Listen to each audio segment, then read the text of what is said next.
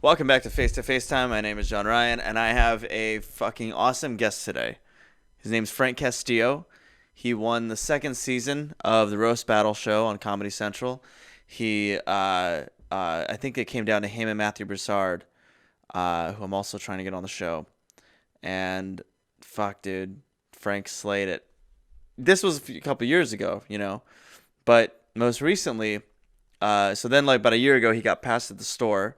Which, if you're familiar with the Comedy Store or I guess comedy in general, when you get passed at a place, it's a big deal. But even more at the Comedy Store because it's probably the best comedy club in the world. And what they did was there's a documentary on the Comedy Store. It's on Showtime, which is very, very good. I recommend everybody watch it. Frank Castillo, my guest today, has a little segment on it when he actually got passed at the store, which is they're explaining how hard it is to get passed, and they show someone get passed, and it's Frank. So I figured I'd hit him up and have him on the show. We talk a lot about roasting, roast battle. He breaks down how to do a roast joke, and just talk comedy, talk bullshit, pandemic. He has a podcast. It's called Buddies. And it's really fucking funny. And he basically they all get like really stoned in the whole episode. But that's Frank's. I mean, Frank just is, he's a bit of a stoner. So it's not like he's all fucked up. It's that he's just like normal. Anyway, this podcast is called Face to Facetime on YouTube. So if you're listening to this or if you're not subscribed yet and you're watching, please subscribe. It costs nothing. Just do it, please. And then the podcast apps, 5 stars, man. Also TikTok, #2, FaceTime. Gonna be posting clips there a bunch. And that's it, man. Let's get into the show. Let's get into this conversation with Frank Castillo.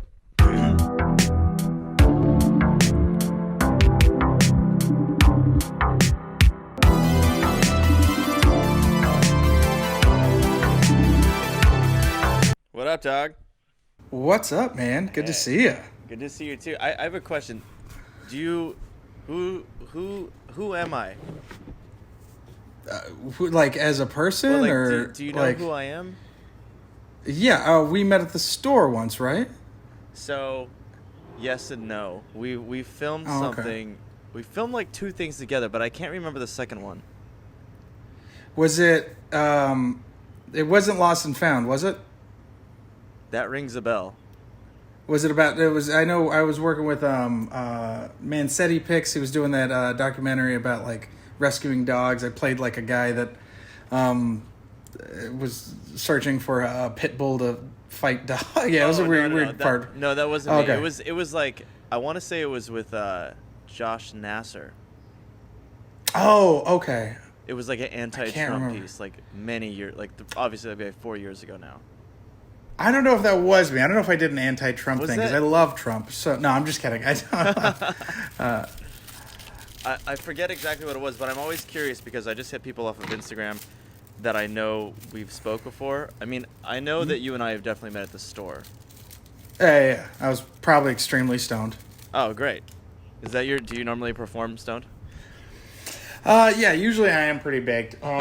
When it's like important, serious sets, I try not to get too stoned. But if it's not opening for someone huge, or if it's not like a theater or like something super important where like someone's watching me, then I need to be on my game. I like to be stoned because then I can just have fun and like figure stuff out. You know what I mean? I always try to like do something new. Yeah. Have you ever opened for someone or been around someone that told you not to do that? Yeah, absolutely. A lot of the few openers I worked with in the beginning were like, you shouldn't smoke weed, And then that fucked me up because I was so stressed about the situation at hand and I didn't have anything to calm myself down. So then I'd get in my own head. Whereas like being a little bit stoned, I'm like, oh yeah, this is just fun, you know?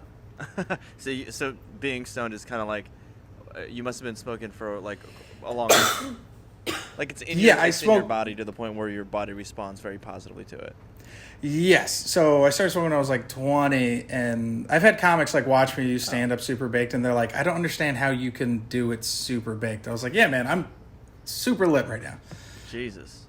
I mean, I guess. Well, because also, Yeah. I think like my normal regular self, like when I'm just stoned off stage, like hanging out. I'm always, it's kind of how I am.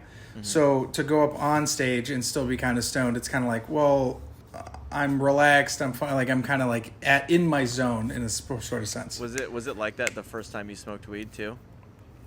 First time I ever smoked weed, I think I was 18, and that was like, I've always had like anxiety problems, and I don't like taking medication and stuff. So smoking weed was nice because it relieved the anxiety, but also if I did get anxious, I'd be like, oh, I'm just stoned, and then it's much more easy to dismiss. Wow. So okay.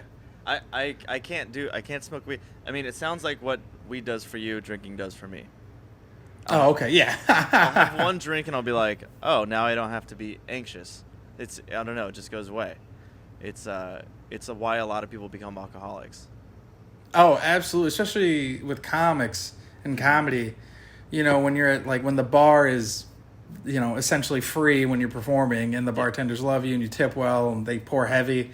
I remember when I was working at the store, there was like a solid like week where I just came home smashed every night because I was just working and then doing stand up, and then it was like by the end of the week I was like, oh, I've been drunk every single day this week. Yeah, and then I was like, oh yeah, I should. Yeah, then you're like, oh, okay, maybe I should dial this back. Yeah. Or you start. I mean, with the quarantine, people started to drink a lot more or drink completely less. I started drinking nothing, and then I was like, fuck it, I think I got to start dating again. So I started dating again. It's very hard to not drink when you date. Yeah. So I've got a few extra pounds right now. Oh, dude, soda's been my weakness during this quarantine. Yeah. Yeah, me and my wife we'll crush a case, like it's 12-pack of Cokes in like a couple of days, and it's just like really bad. I'm like, this is not good. This is bad. But does it feel nice? Does it feel nice to drink a Coke?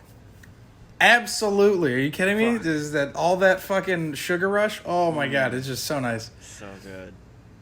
I always would look at those people who had like those 34-ounce big gulps from 7-Eleven and being like, ew. And now I drive by them, I'm like, I get it. Dump that fucking sugar in your head. Oh. Hey, you have a 951 number. Where are you from? Temecula. I'm from the Bay Area originally, but I lived in Temecula. Oh, I'm from Corona. Oh, no way. Nice. Yeah, It's yeah. much nicer place. Well, I mean, there's dirty parts of Corona for sure, but yeah, I saw that it's very rare you see a 951 number, you know? Mm-hmm. Do you ever get shit for that? I used to get so much shit for having a 951 number. Oh, it was 909 at the time, and I changed it. Oh, okay. Yeah. Whenever people see the 951 area code, they're always just like, oh, Riverside? And I'm like, yeah. And You then just say like yeah. they always like they want to know why. And I'm like, well, it's, you know, I just ended up there. That's just how it is. I bought a phone and I just never changed the number. Yeah. So you grew up in the Bay Area, but where? East Side San Jose, South Bay. Oh, okay. Did you grow up with a big family? Because I'm trying to link this to your roast life because, you know, obviously you're Mexican, right? I'm half Mexican. Yeah. I grew up with only Mexican relatives all around, and there's a thick skin. They're mean, right? They're fucking mean, dude. And they're still, dude. Yeah. So it's kind of like I'm trying to figure out, like, did you grow up with like a lot of people around, and then it just became this thing where you're like, I gotta one up? It was definitely a big family. All of the cousins would be at my grandmother's house every summer. So it was like 8, 9 of us every summer at our grandparents' house. And I would think I was like the third youngest. So it was a lot of like, you had to be the loudest one to get any kind of attention, you know? So I think that's where a lot of my funniness came up. And I got teased and picked on a lot by my cousins. So I think that helped with just like getting the thick skin. Yeah. So like when I would do roast battle, and I was like, oh, it's a person that I don't even know and they're calling me fat. It's like I've heard so much worse from so many different family members. Mm-hmm. But do you Yes. do you think that is something that you, how did it make you, because you don't seem loud, so didn't seem like that would be the thing that would get you the attention. It's the quick something, right, that would get you the things. Mm-hmm. So let's see. When I was younger, I was definitely like I was the kid that would like take his shirt off at the table and slap his stomach and like scream that we're having spaghetti. You know what I mean? Like I was just I was definitely like the fucking mascot, as my wife would describe it. And then the older I got, I think my mom said it perfectly once, because I think I've always thought this way, but I would just kind of keep it to myself and I just wouldn't say anything. But I remember one time I got in trouble with my stepdad, and my stepdad was just saying stuff, and I was just quiet, like washing the dishes or something, like whatever he was yelling at me about. And then it was like there was like a moment of silence. My mom was just staring at me, and I was just like cleaning stuff, just not paying attention. And she just looked at me and she goes, "You guys realize Frank's talking the most shit right now in his head, right?" And I just started laughing because it was 100% true. Yeah. And I think once I started getting the confidence to like open up and roast, that's when it kind of like the floodgates kind of let open. Did that happen a lot, like in high school or college? Did you go to college?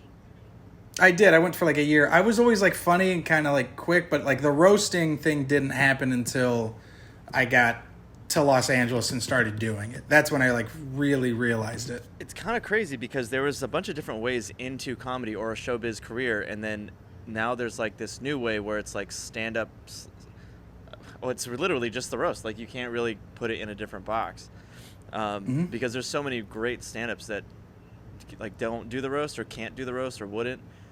It's a different thing. Do you think it's something important for someone trying to do stand-up to get into? I don't know if it's important, but when the roast battle was first starting, it was described to me as like it's starting to become its own. Like someone described it as the fourth pillar of comedy, because the show is really a writer's showcase. So like, if you're a writer, it is a great way to go and like get seen and get noticed, and then your stand-up, only gets better after that. So, like, I was always a stand-up, and then the roast thing was something that I realized I really liked doing, that I was, like, good at writing roast jokes. Oh, and dude, then, I think I just realized where we met. Were you in...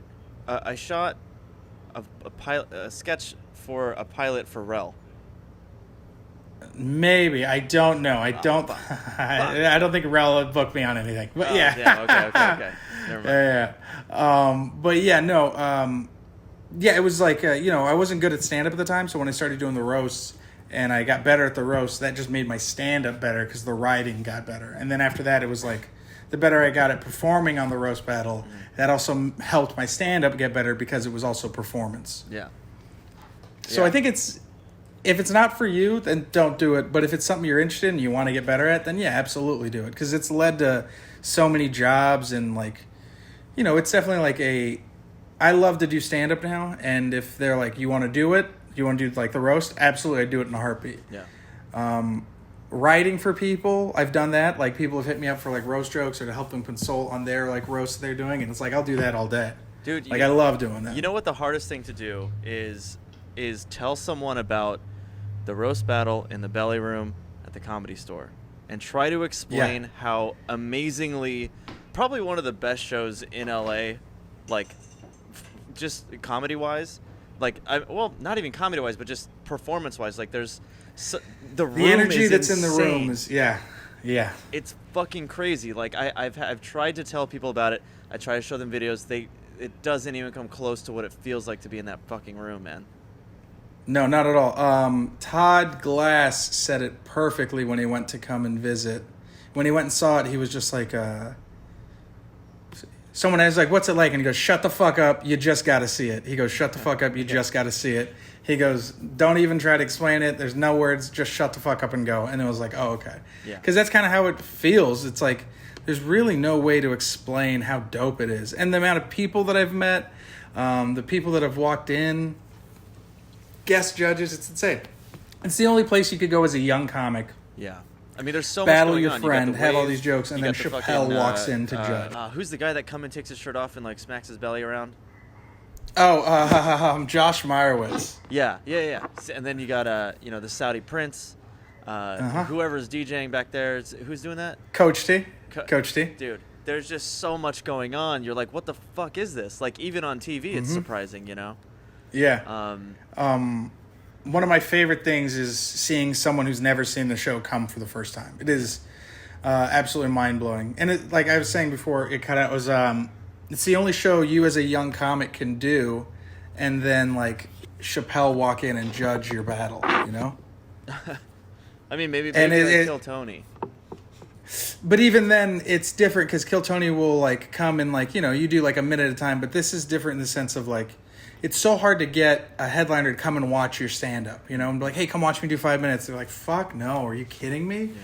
But there's something beautiful about battling where it's like, people love watching two comics or just two people talk shit to each other. Mm-hmm. Like, and for comics, we just love watching it. It's just beautiful, especially when it's funny.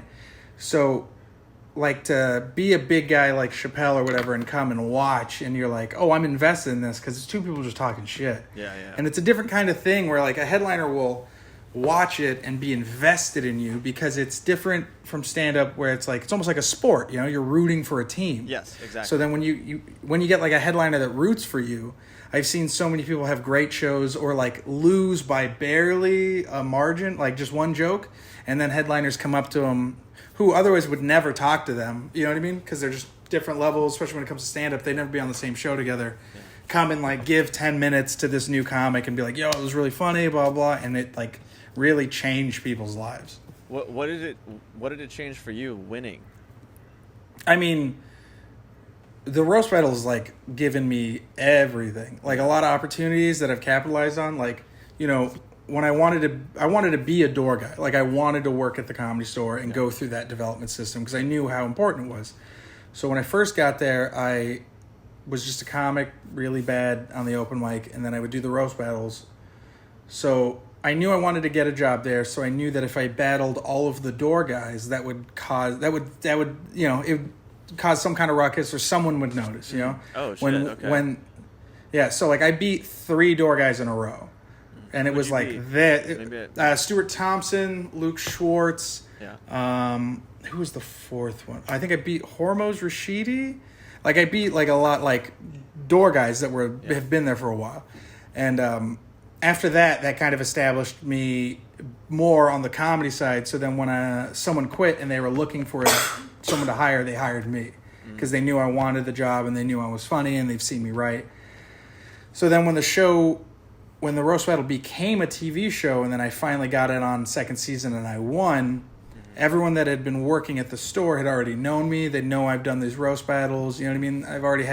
I was basically running the OR, you know, like, you know, keeping time and all that jazz, and, you know, headliners would come in. That's how I, like, got to meet everybody.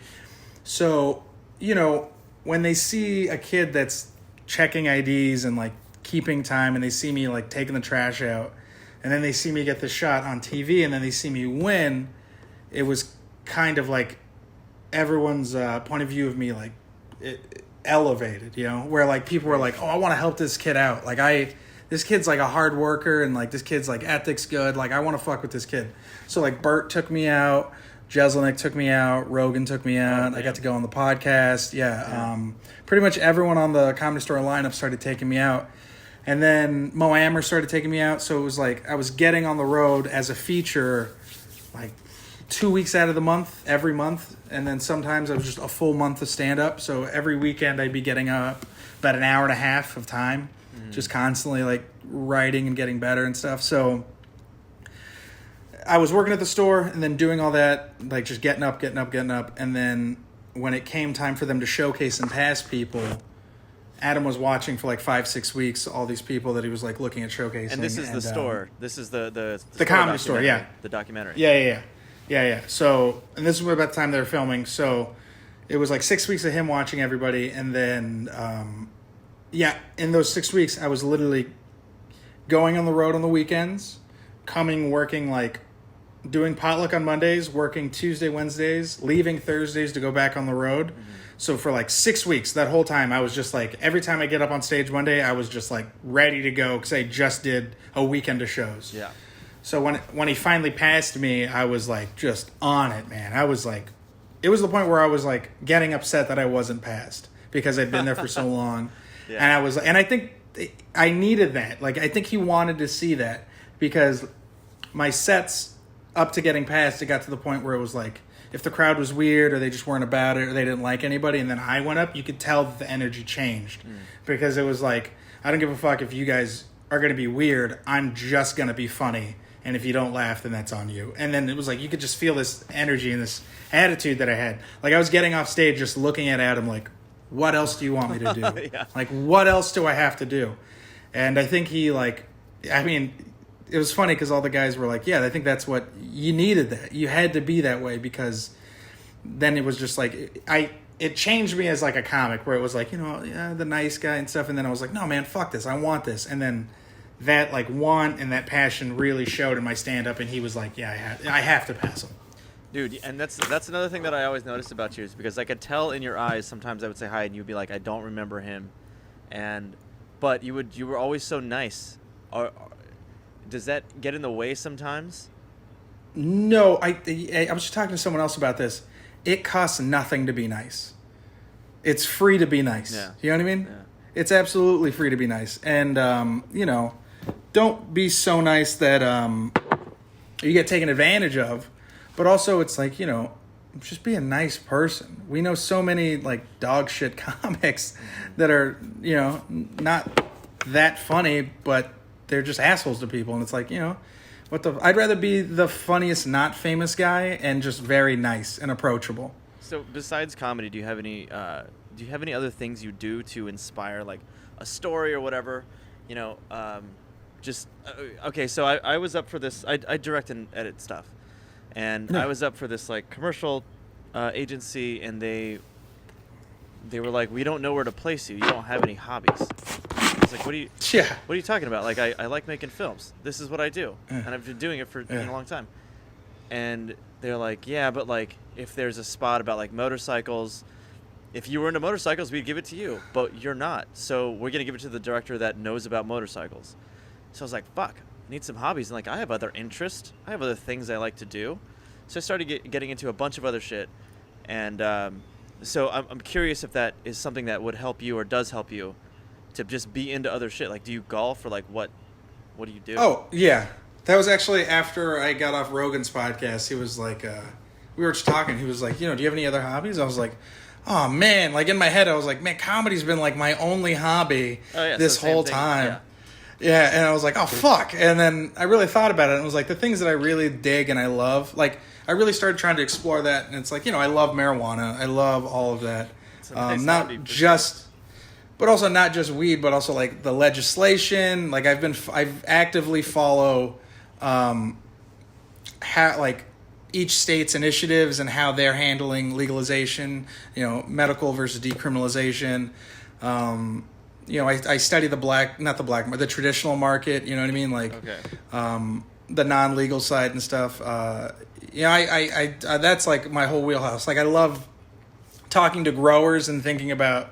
Or listening to them tell me about the different phenotypes that they hunt for, you know, the different like weed strains they breed and stuff, because it's all like plants and biology. So like listening to those guys talk about growing weed, I'm just absolutely fascinated by. So the biology of it actually does interest you, like the plant, the botany. Yeah, it's a plant, you know. Like if you go, like there's certain dispensaries where you go into, and it's like, you know, everyone's growing a strain of mimosa, but it's a flower, so each flower presents itself differently.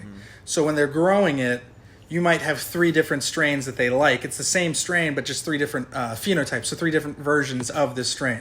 Either smell, potency, just how big the buds are, just, you know, because, you know, each flower is different.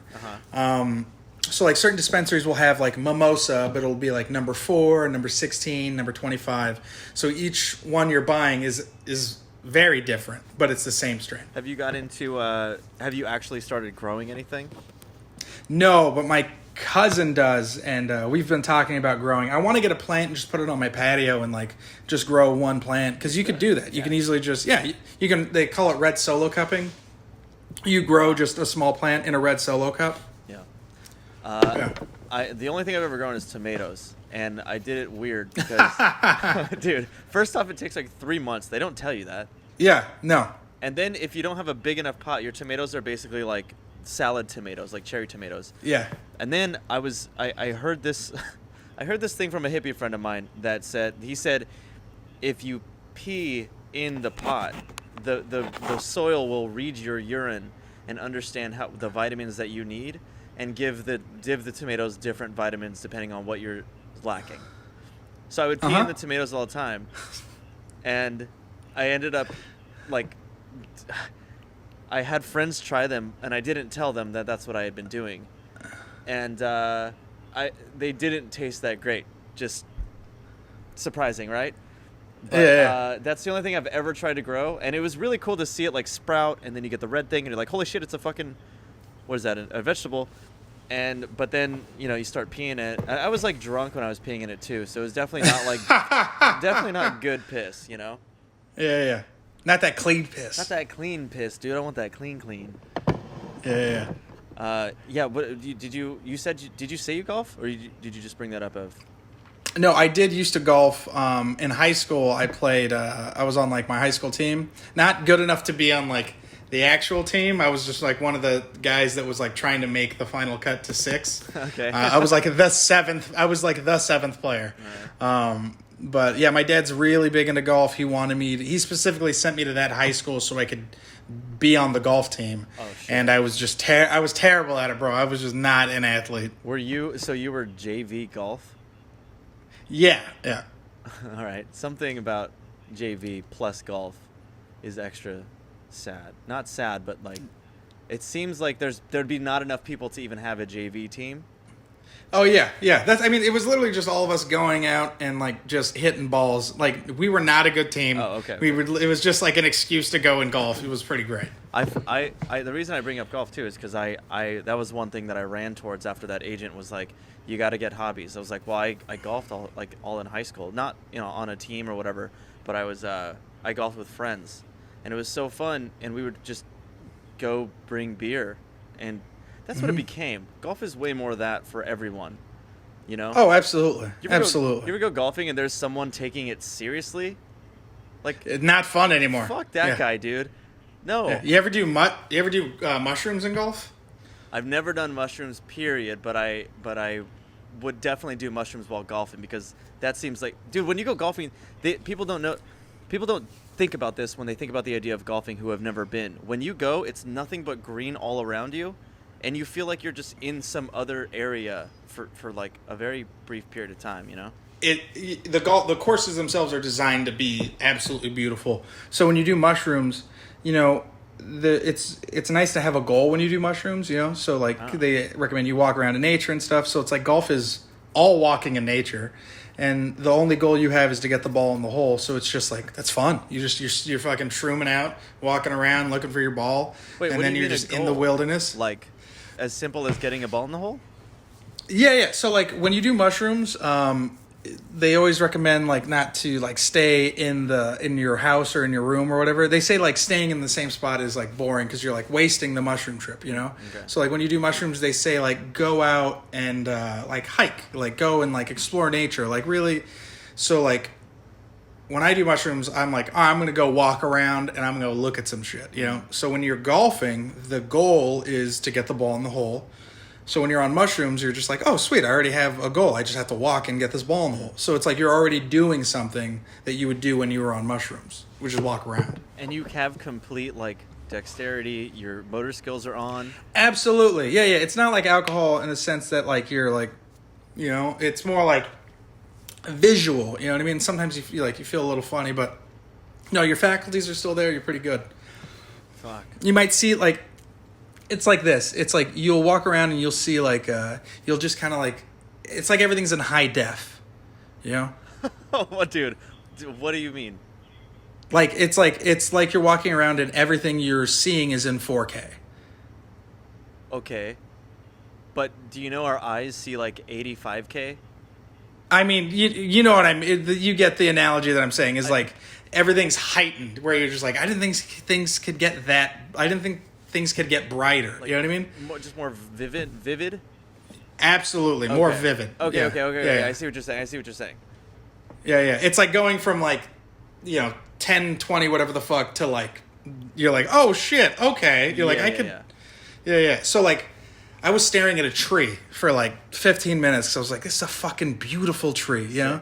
Or like you'll stare at a house and you're like, "This is a really nice house," you know. And you're like, you just appreciate things a lot more. Dude, have you ever? Dude, You ever stared at something and then when you get sober, you go back and look at it and you're like, are you like, yeah, it is beautiful, or are you like, wow, I was fucking tripping balls?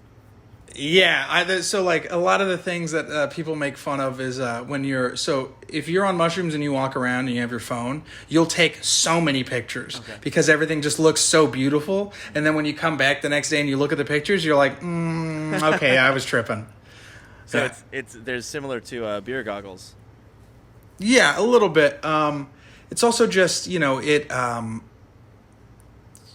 I don't know if you're like a big guy on meditation or stuff like that, but like or spirituality. But I definitely think doing mushrooms like that, you definitely feel like a spiritual kind of thing where you're like, okay, like whenever I have like a lot of like doubts or like worries or like stuff's weighing on my mind, I usually try to take mushrooms because it feels like a good reset where you're like, oh, okay, I shouldn't be worrying about stuff. You know what I mean? It really like helps you look at things a little bit differently. Oh my god. Yeah, man, mushrooms are great. You're the second guest in a row to tell me that I should do mushrooms.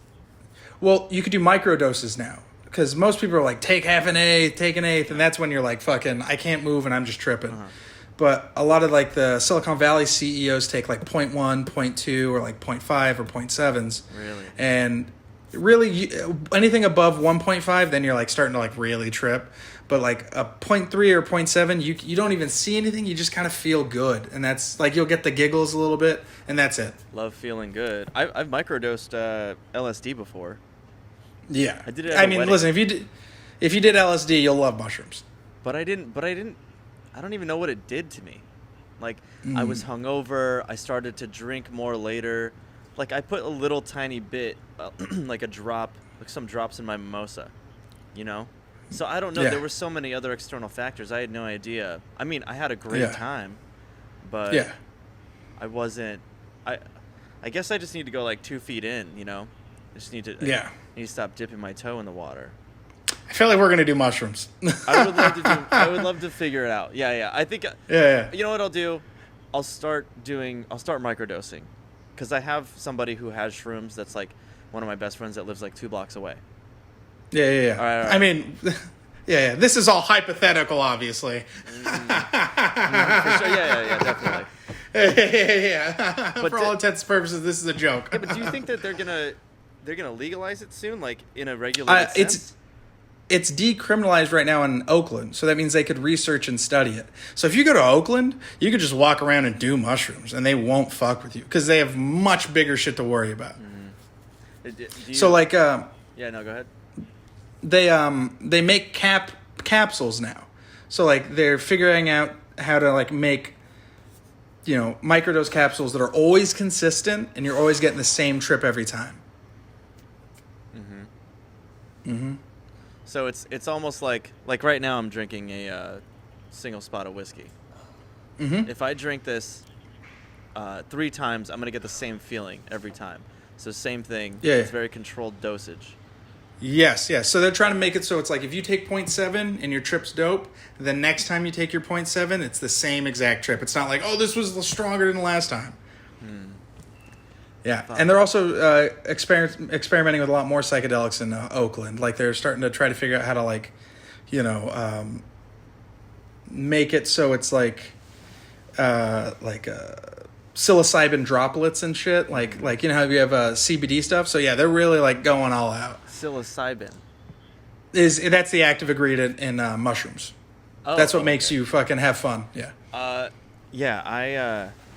I what always comes to mind is the Bill Hicks quote. The whole getting on a ride thing. Like, this is a ride. We're gonna get off one day, and I always have to think about that every time I think about doing, I guess, something new.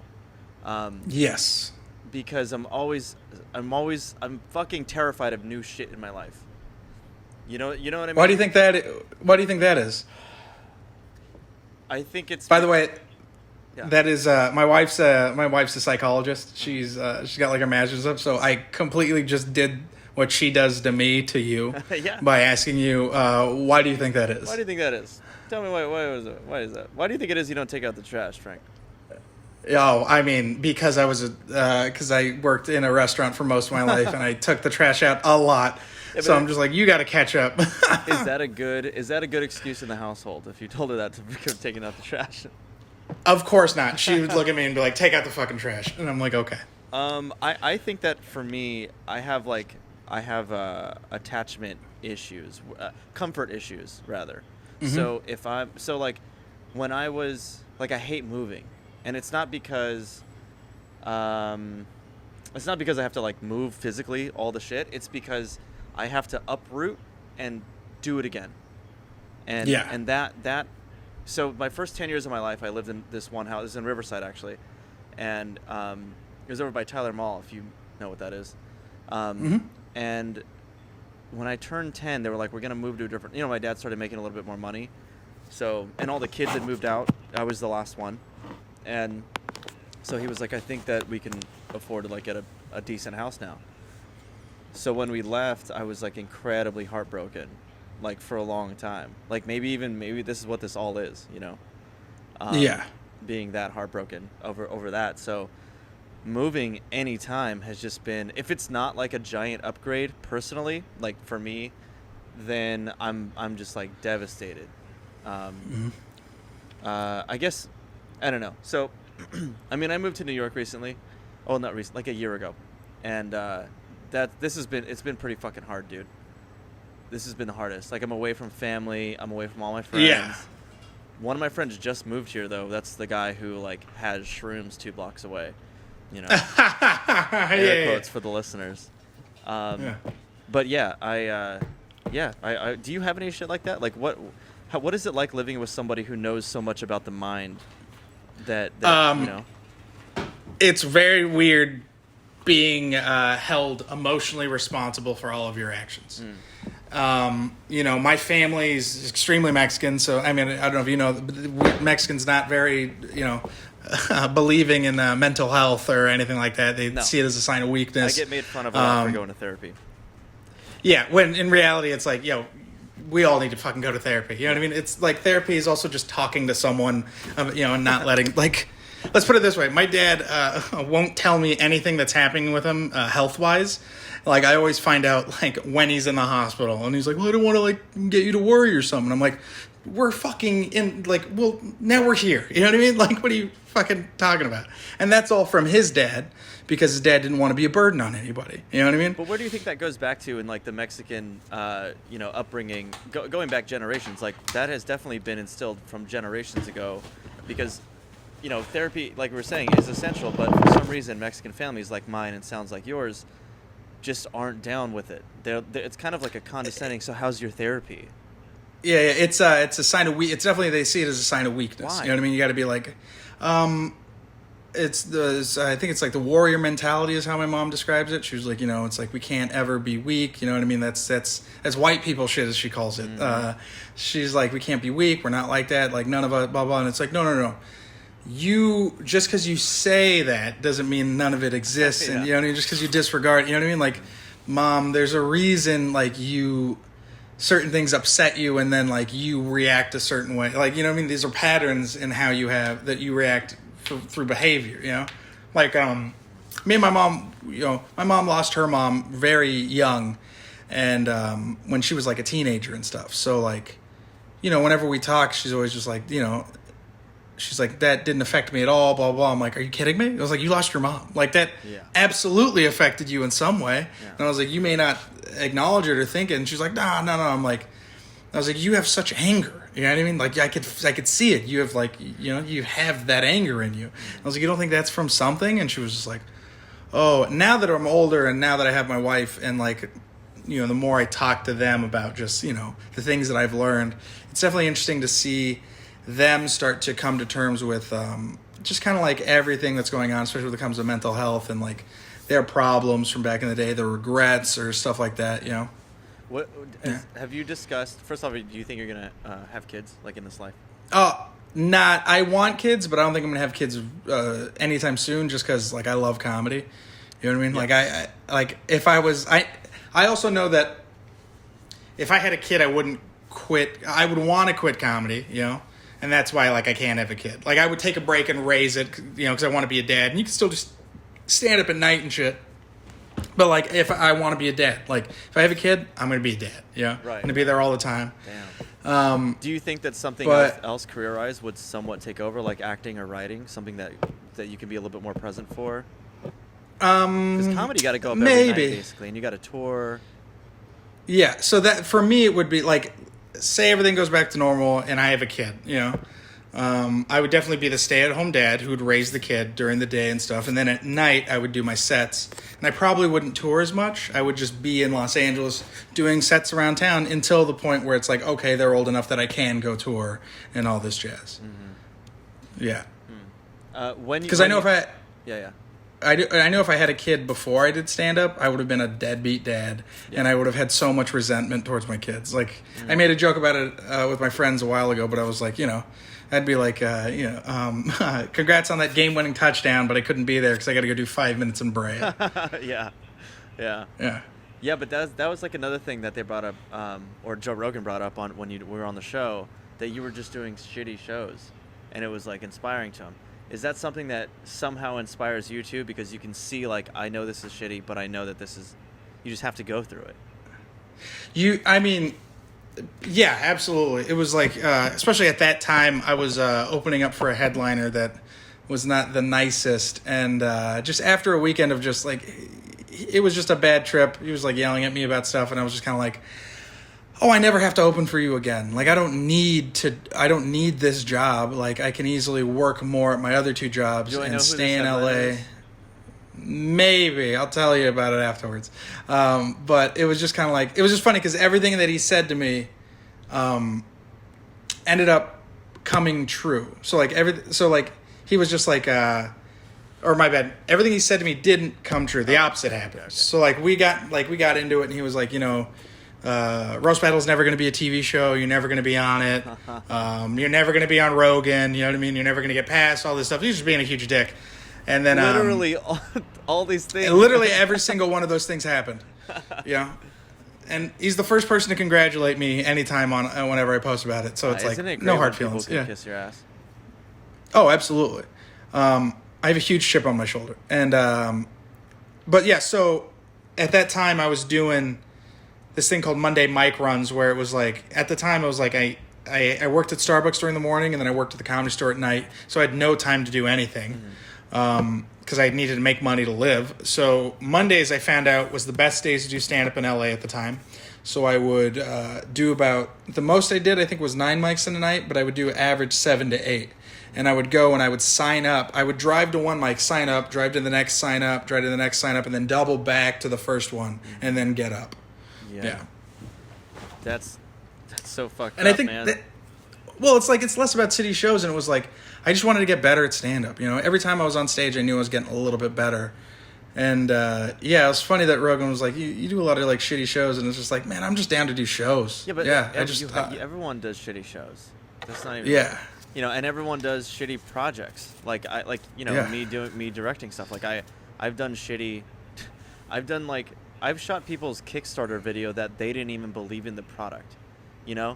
Like, where they're just like, I don't know, just do this. And I'm like, I need this, like, whatever. It was like $1,500 or whatever. I'm like, I need this, like, and I would, it sucks, like, doing stuff where you're passionate about it and you're trying to make it the best that it can be, in, like, given the circumstances. And there's people that are there just like, why are you doing this? Yeah, absolutely. No, you have to do all those shitty shows to get better. And I look at the people who, and I pay attention to the comics who are like, I'm not going to do that. And you're just like, oh, okay, well, your comedy's a lot different, and I could tell. You know what I mean? Like, you ever had something good come of a show that you just thought nothing good could have ever came from? Yes. I mean, this is what I tell everybody at the store. It's like, you never know who's in the room. You just never know who's in the room. Yeah. I remember I was in the main room, and it was, like, late. I was some bringer show. I got to do a pop-in because someone was late. So it was literally, like, the second to last person. Not a lot of people in the room. And I went up and I just had fun, Like, I didn't, like, smash all the way because there wasn't a packed room. But I made a lot of people laugh, and I just had fun. And a lady came up to me and was like, we're a production company. We work with all these TV, but like, it was a legit production company, like the production company that does The Walking Dead. One of the head ladies saw me at the store and was like, yo, started talking to me and started shooting emails and was like, what are you working on? What are you writing? And I was just like, nothing. Very cool. Because I be an extra on The Walking Dead. Yeah, I was like, I just moved to Los Angeles and I'm just like, and it was a good relationship to have, but it was also like, oh shit, yeah, you got to be on your game because you never know what can happen. Yeah, so, Jay Light yeah, got a writing job from a cold open set. Oh fuck! You know what? Here's something with Jay Light. I just got an audition of his for a project I'm doing. It was a voice audition. Yeah. And he said, I like his voice. I mean, I know who he is and everything, but it's very cool to be on the other side of it all. Put a casting out, and then you have people like, applying for it or auditioning for it. It was just cool to see. Like I'm like over here, like I've been so disconnected from like comedy in general for the last year, just because I've been here. I would go to the store and I would know people, so it was easy to just go as just a person, and then just go in the front, have a drink with a friend or whatever, and then run into a few comics or writers or even directors that I know that just go there, But then here, going to the Comedy Cellar, you've been, right? Yeah. Yeah. It's great. You're like, I don't know where to stand. Yeah. I'm like, okay, I guess I'm just... And then, like, if you... I made the mistake of sitting at, like, the comics table. I didn't know that that's what it was. And I was sitting there for, like, a while. And, like, no one was giving me service. And I was like, what? I'm trying to get, like, some crab cakes. I'm trying to get some drinks. And someone was like, this is the comics table. But it's just a different thing. You can't just, like, kind of hang around in that olive tree place. You got to, like, be eating or drinking. It's a restaurant. It's a completely different thing. That being said, it seems really fucking cool, like, to be there. It's very romantic in there, Absolutely. Whereas the Comedy Store is not very romantic. It's kind of like... Kind of more you want to buy some Coke? Yeah. For sure. Yeah. But yeah, dude, have you been doing shows? Yeah, I've done a few. There's some clubs that are still doing some like quarantine shows. Like they have a big, you're performing behind a big glass window in San Diego. And then there's some outdoor shows I've been doing. I mean, I'll do the ones that are safest as possible. Yeah. And then the store's still doing stand-up behind the window. I'm not like afraid of COVID, but it was just kind of like, if I get it, well, that fucking sucks. But I'm going to be as precautious as possible, My dad caught it. I had an uncle that caught it. Like, it's just... Were they okay? Yeah. Oh, my uncle died. My dad pulled through. Wait, your uncle died from COVID? Yeah. I mean, it was like a family member I don't see often. You know what I mean? It was like from another part of the family. But yeah, no, he caught it, and it was like, we were all very surprised that he passed away. Wow. Oh, so that definitely gives you a lot of perspective. Yeah, it weirdly enough it does. But it's also like this idea of like, I made all my money doing stand-up, and then my other job that I had was at an actual comedy club. Mm-hmm. So since all of it shut down, it's like I don't have a job anymore. I'm just a comic, which is like what I wanted. Like I didn't want to work at the store anymore anyways, But it's also like the two things that I do to make money are closed now, So it's like I've been getting into arguments with some comics because they're like, most of the comics aren't in the position where I'm at, where they were like, making money doing stand-up. Like it was their only job. Some of these other comics that I know like had regular day jobs and they produce shows. And we would get into arguments about it. They're like, what, you can't just not do stand-up for 10 minutes? And I was just like, listen, I don't know how to break this to you, but I got paid to do this. Yeah. And then it was just like, people were like, they were like, oh, you're kind of coming off like an elitist, like an asshole. I'm like, no. I was like, I've worked hard to get to the place where I'm at. Yeah. It's not elitist. I was like, my success isn't me being an elitist. I was like, my success is my success. I ground to get to this place. And it's like, and now I can't do any stand-up. Yeah. And I can't make money. And I was like, if you look at the stats, Mexicans are the most affected by this. So it's like, not only am I probably going to die, but you also can't make any money. So it's like, what do you want me to do? Wait, do you think they're most affected like gene-wise, or they're most affected economically?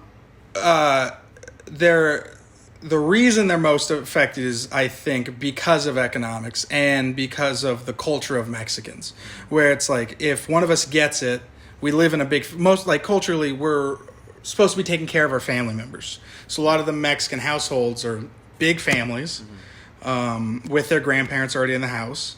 And also it's like, I don't know if you got this speech, but it was like, Mexicans don't stay home when they're sick. You know what I mean? Because they're terrified they're going to lose their job or whatever the fuck, you know? So it's like this culture of like, well, you can't be sick, you can't show weakness, you got to go, you got to work, you got to get this job because you need the money. And also, most poor Mexicans have to take public transportation. So that's even more people you're just around. Yeah. It's weird because thinking about it now, my don't be a pussy thing came way more from my dad. My dad's Japanese. Yeah. If you can't tell. Yeah.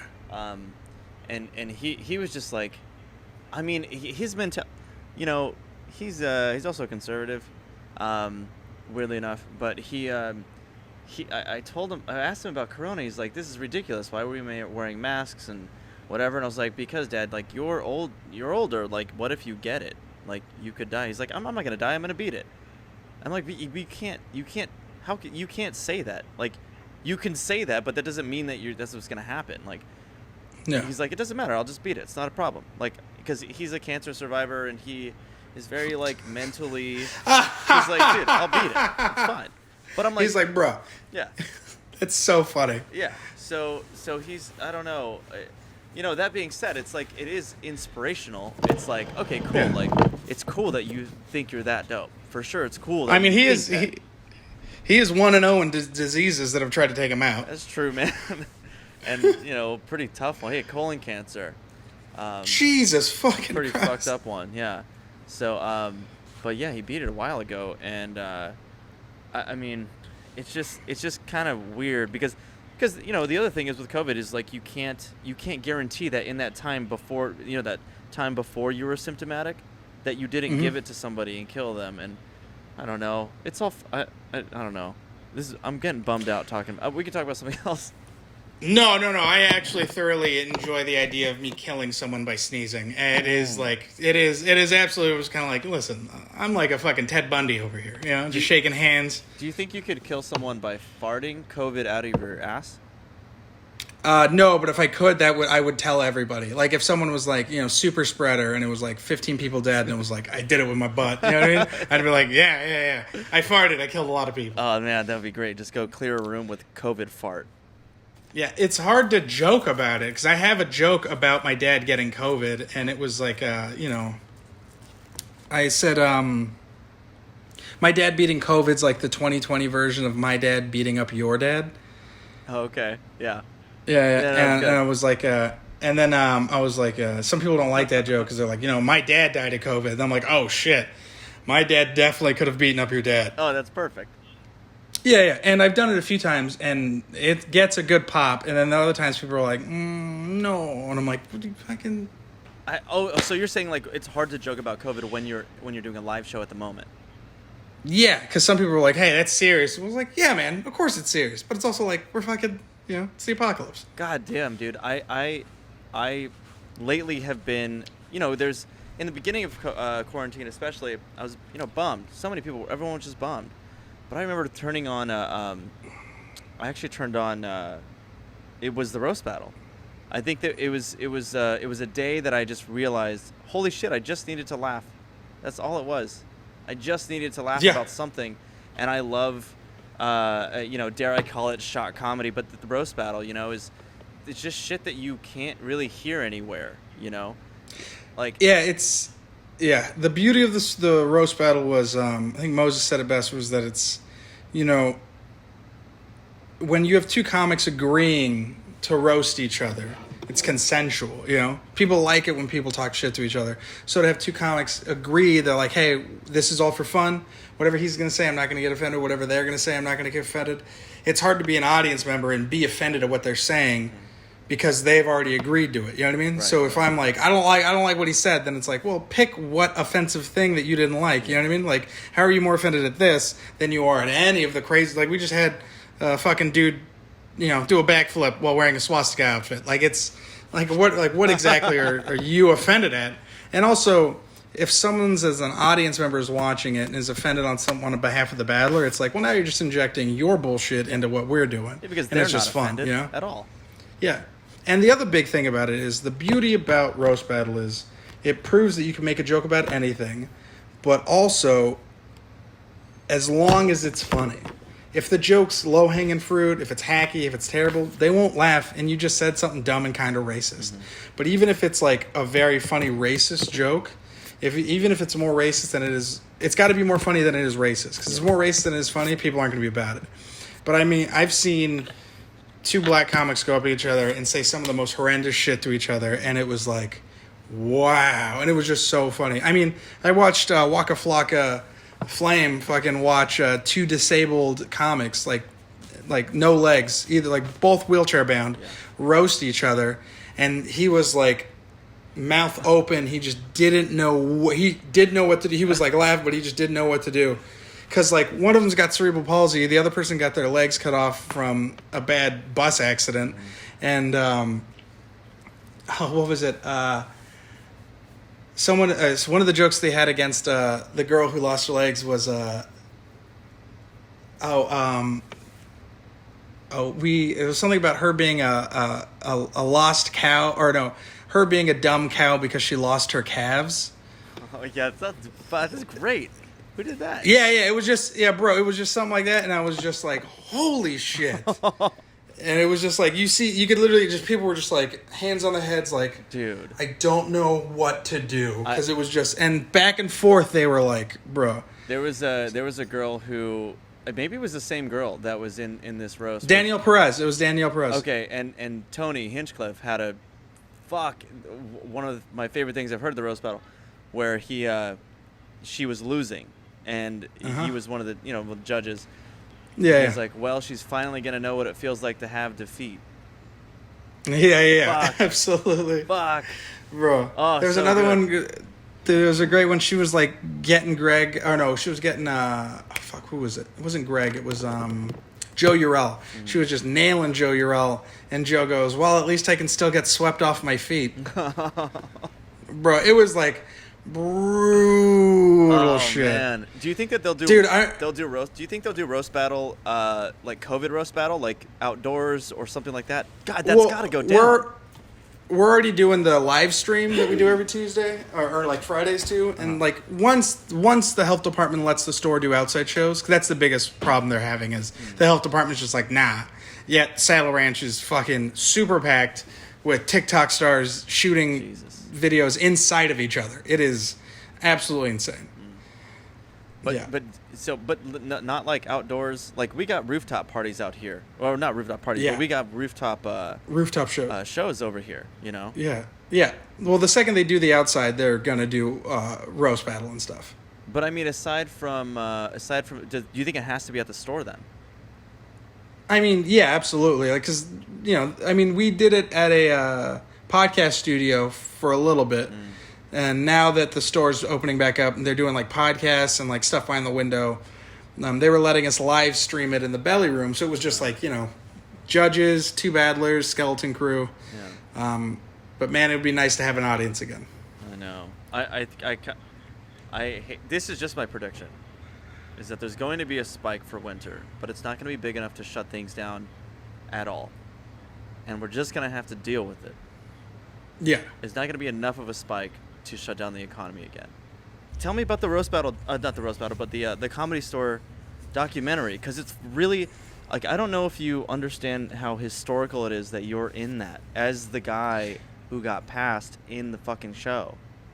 Yeah, it's pretty ridiculous, and it's absolutely wild. I'm very excited. The thing that sucked is, so they had us reenact me getting passed, and I'm a terrible actor. I don't know if you could tell. Well, dude, I thought you were gonna cry. Like I wanted. I mean, I was. When I actually got passed, like that was the thing, is like I felt so weird, like, because they're like, just do it like you. I was like, bro, I cried so much when I got passed. I hugged Adam, like I cried, like it was I wish they did have it because it would have looked great, but also like it would have been very embarrassing for me because I'm kind of glad that they had it like I'd rather have it be this kind of like cheesy a little bit than it was because the real moment was like he told me and I was just like no fucking way and he was like yeah and then like I just hugged him and then I just cried in his chest like a lot like 5 minutes. Like I just hugged him and I was just like, dude, like thank you so much because he passed me in the exact same spot he hired me in. Oh fuck. Yeah, That's so it was like poetry, dude. Yeah, dude, it was like a huge thing and it was so abrupt when he told me. Like my reaction was so abrupt that the comic next to me, Pete Lee, thought someone had died and they had told me because of the way I reacted. Because I was like, no fucking way. And then I was just like crying and stuff. And he was like, oh shit, did someone die? Is he okay? And then when they told him that I got passed, he was like, oh, okay, yeah, that's the appropriate reaction. Do you so think... what's funny... Yeah, go ahead. Oh, God. Oh, so what's funny is, you know, the comics, like the headliners and like the professional comics that see that, they all know it was me. They all know it was like we reenacted it. And some of them are giving me shit. Jeselnik made so much fun of me on his podcast. Oh, really? Oh, I gotta yeah, absolutely. Dude, yeah, the newest episode of the Rosenthal or the Jeselnik and Rosenthal project, or on his podcast that he does. I love Jeselnik. He's great. He let me over for him. Like we shoot the shit. He fucking rips on me a lot, but he also he's giving me some of the best advice as a young comic coming up. Yeah. But yeah. So it was just so funny. But if you're a young comic coming up and you see that. It like I've had so many comics message me young, just being like, I loved that. Like that was so inspirational. It was great. And then there's other like people have messaged me like regular people, you know, like industry. Oh, go ahead. I'm glad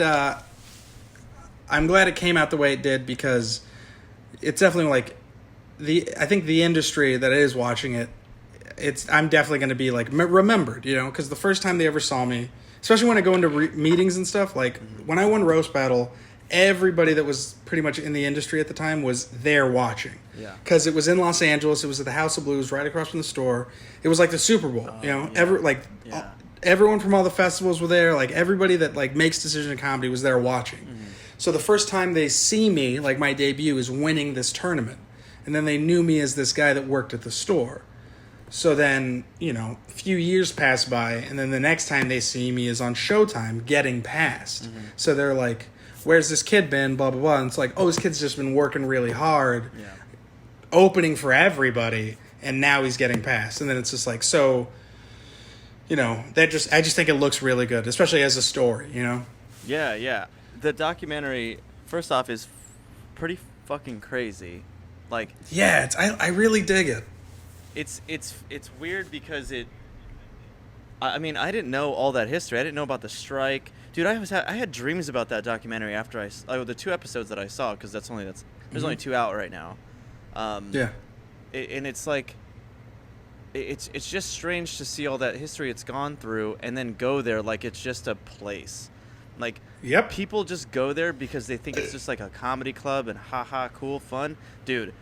It's like going to the Met, like the Metropolitan in New York. Like that it is like that in terms of, you know, historical landmark for real. Absolutely. Fucking Michael Keaton used to be there. Michael Keaton. That shit about him, that blew my fucking mind. Oh yeah. Cuz you see the way he talks to Mike Binder and you're like, "Yo, that's a fucking comic." Mm-hmm. That's a comedian. Like you can tell he's still like got that like fucking. I'm like, damn, that's wild to see. I don't think they showed it. I haven't seen it if they have it in any of the episodes. But so when they're interviewing Jim Carrey, I was there that day working. Like I had to like work the back door. How long? So they have a shot. It was like a few months ago, like probably 7-8 months ago. I mean, they filmed everything like you think, fuck, man. Yeah, it had been a couple of months ago that they were doing Jim Carrey's thing. It wasn't too long ago. It was like within 6 months. You got past like over a year ago. I got past about a year and a half ago, and then they had me reenact it, I think, a little bit after that. Like a few months after that. Yeah. So that was the only thing that sucked. Okay, so do you...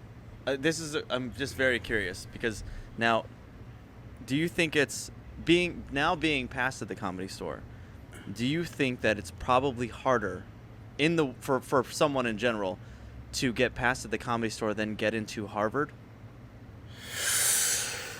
Yes. Yeah. I mean, yeah. Can you name me the last 3 Mexicans that got passed at the Comedy Store?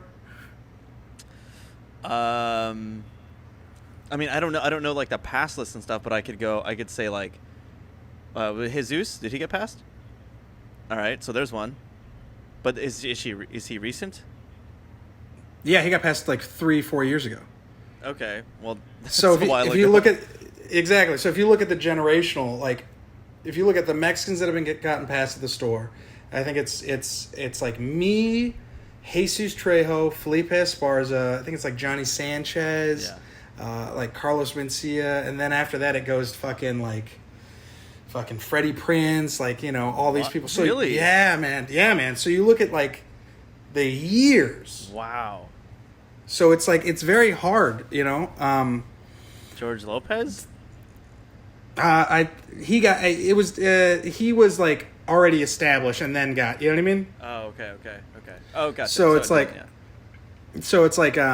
yeah, man, it's extremely hard to get in, but it's so funny, man. It's extremely hard to get in, but it's also extremely easy, in the sense that the thing you have to do is just be funny when the opportunity arises.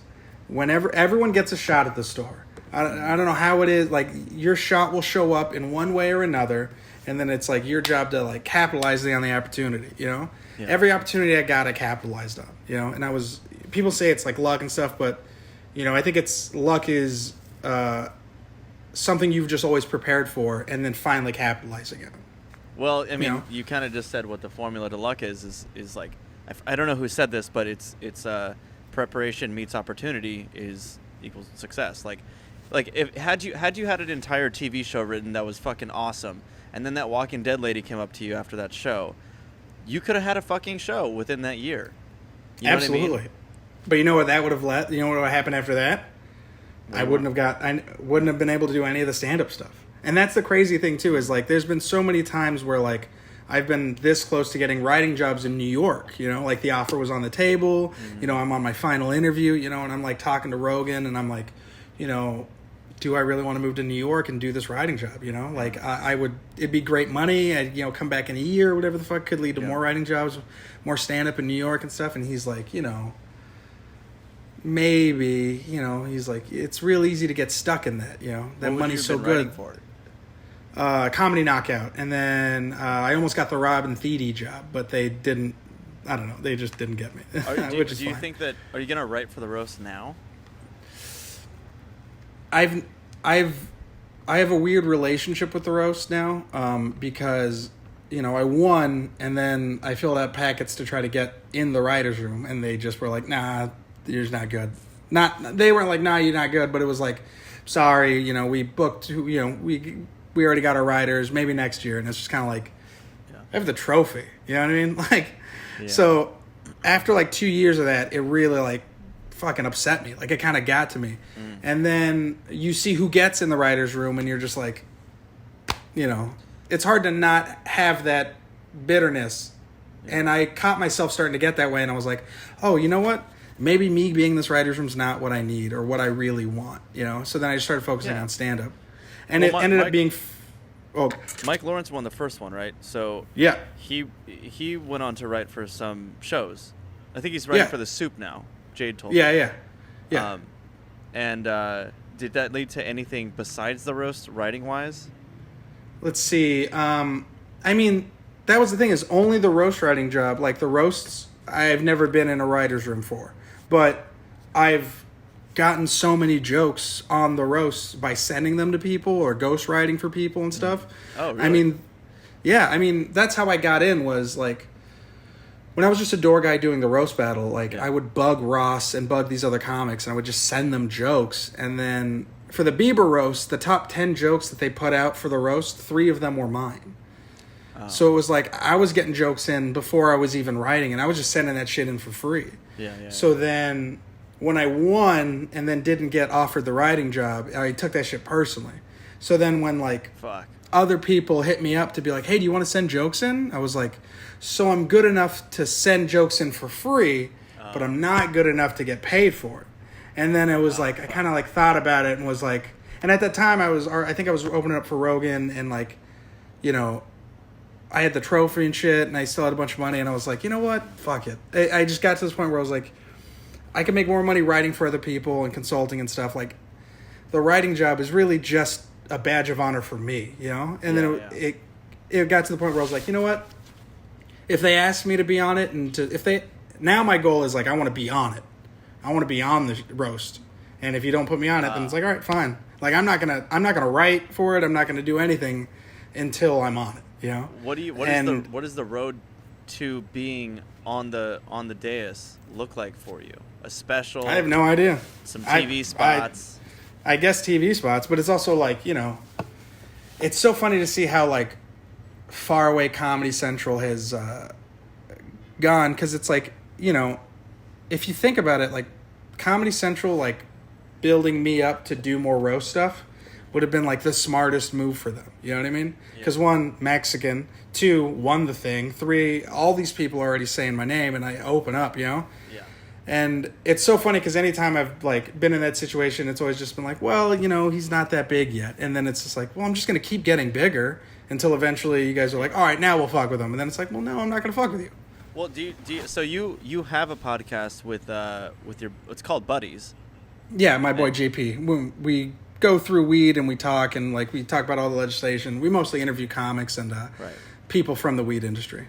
And so do you think that that's something, because so many people are getting just way bigger from doing a podcast, like comedy wise? Absolutely. How long have you been doing it now with JP?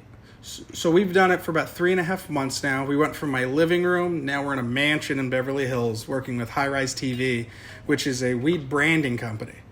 So the funny thing about fucking weed is they can't advertise on TV or radio because it's, you know, technically federally still legal. Right. But with podcasts, they don't fall under the FCC rules. So you could go to weed companies and they can absolutely sponsor and they can absolutely, you know. And a lot of the way these weed companies advertise and promote is through influencers, you know. That's Instagram and social media. So with podcasts, I've realized you could create so much content, you know, with the clips and stuff. Yeah. And that's what all these weed companies are trying to, like, buy is content so they can, you know. Yeah. So I figured attacking it in the sense of, you know, finding all the best weed companies that I like, that I fuck with. And JP is a buyer for a dispensary in Los Angeles. So he's the youngest buyer in Los Angeles and California. Yeah. So he knows all of his shit. You know, you could sit down with him. You could give him some weed. He could smell it. He'll tell you exactly what it is. He'll give you the rundown. He'll tell you why you like it. You can tell him what you like for weed, and he'll literally build you a list of the stuff of what... Yeah, he's great, too. He's also a big fan of comedy.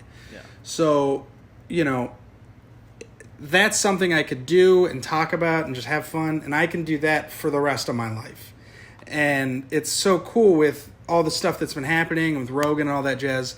A lot of the weed culture and people into weed love comedy. They love Rogan. They love the store.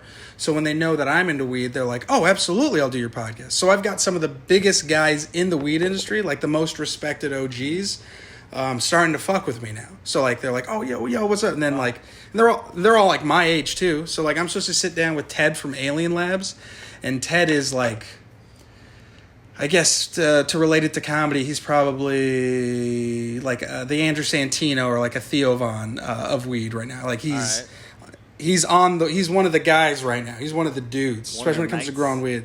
Yeah, he's one of the guys right now. But definitely a knight. It's tough when it comes to like kings and weed because it's just like there's so many fucking companies right now that are constantly on top, that are constantly like pushing the bar, and a lot of the best companies work together. Surprisingly, you should have Kyle Newacek on. Oh, okay. You know him? Is that the he's a big weed guy, right? Well, he's a big weed guy, but he started Workaholics with yeah. And he has like a farm now where he's growing weed. Yeah. Him and I want him and Anders. Yeah. Well, they just started a podcast, so they're like trying. I saw that. Yeah. Be on podcasts and shit. Dude, Kyle Newacek was my editing teacher in film school.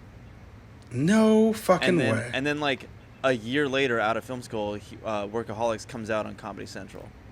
You know, it's so funny. I think he was talking about.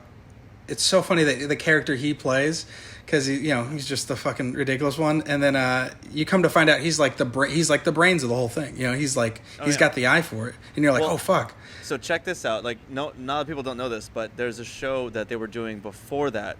They were doing it while Kyle was my teacher in film school. The show's called Crossbows and Mustaches. It's on YouTube, same cast, but it's the same spirit of Workaholics. You can tell that there was this momentum into getting into something. So if you check it out, it's on YouTube, Crossbows and Mustaches. It's fucking hilarious. There's actually like good filmmaking in it too, fun filmmaking, and it's the same cast. Like you can tell that like there was. It would just be like one of those things that your friend showed you, and you're like, please don't stop, like absolutely keep going. And, this is amazing. It was the last stop before Workaholics, so you should try to get Kyle on. I'd love to get him on. He's a busy fucking guy, man. I believe it. But dude, I wanted to ask you one last question, because you in the show, in the Comedy Store documentary, you got past that, the whole thing. When you walked away from getting like the approval that you've been passed, you're like, I gotta call my dad, or was it your dad or your grandma? My dad. All right, so you gotta call your dad to like get. So when it really did happen for you, did your dad even understand what that meant? Absolutely. Oh, yeah? Absolutely. He did. Yeah. So, like, certain members of my family understand what it meant. Like, now more than ever, now that they're watching this doc, they're starting to really fucking understand, which is great. Like, my grandmother is starting to understand, and that's a huge deal. Wow. So, like, they're all starting to be like, oh, fuck, this is, like, a thing. Like, especially when you have, like, those big comics, like, you got, like, Howie Mandel, Sebastian, Segura, Jeselnik, all talking about it, and then it's just, like, fucking their nephew that they've seen for fucking 30 years. No, my dad me and my dad had the same name. My name's Frank Anthony Castillo. He's Frank Castillo. So when they put my name on the wall, I wanted it to be our name. You know what I mean? I wanted it to be Frank Castillo. Yeah. So he also got to have his name permanently on the wall.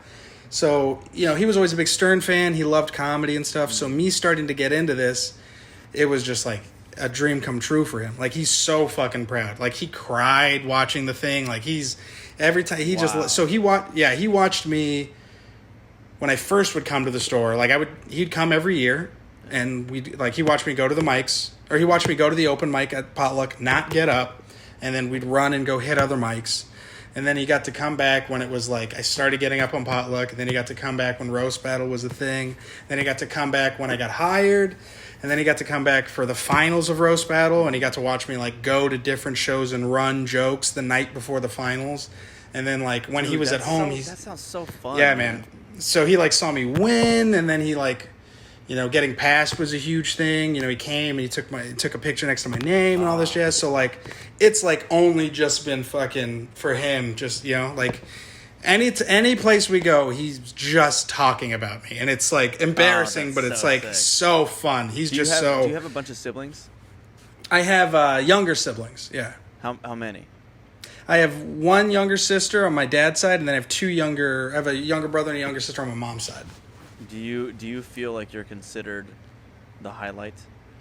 Oh, it is like I've had to tell my mom to not say this in front of the kids, but she's just like, I love Frankie the most, and I'm like, you can't say that to them. And then she was like, no, I can and I will. If you died, I would be so sad. Yeah, it's the funniest thing. But I see it in my little brother. He's a fucking smartass. Yeah. He's like 9 and an absolute asshole, and it's the funniest thing. He's just your little brother is 9. Yeah, so is he 9? Yeah, he's about like either 8 or 9. How long of that's like a 20-year gap. Yeah, so I'm 31. My little brother, I think I was 21 when my little brother was born, and then I was 18 when my sister was born, and I was 21 I think when my little brother was born. And then my other little sister is turning 21. So yeah, Yeah, there's a pretty big gap. It's a big gap. I have a big gap between my siblings too. They're all at least 10 years older than me. Yeah. And I love it. My little sister is really starting to get into art, and I could see it. She's got a really good eye for drawing, and like, so I've only encouraged her with that. Like, anytime I see her, I'm like buying her art supplies, and I'm just like, keep doing it, getting her new books.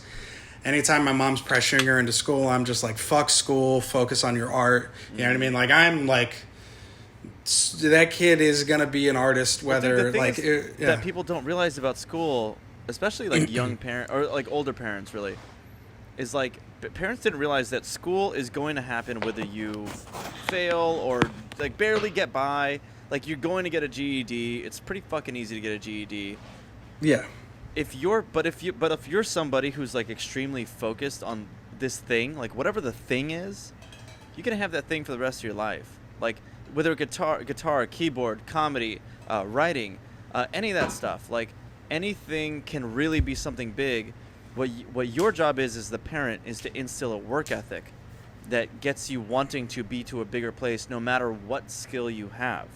So like my dad was the same way, where he was like, I don't care much about grades. I care much about you being really good with people and with having a passion.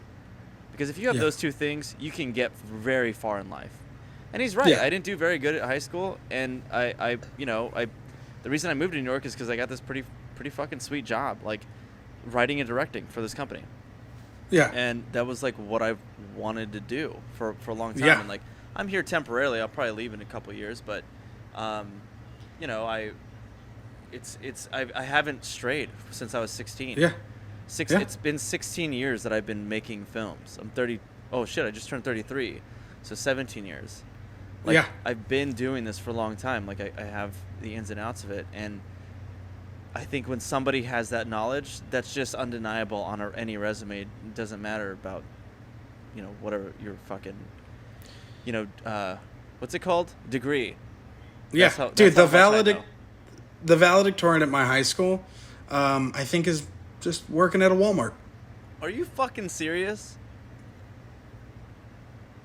Like, not even a super Walmart? Like a regular Walmart?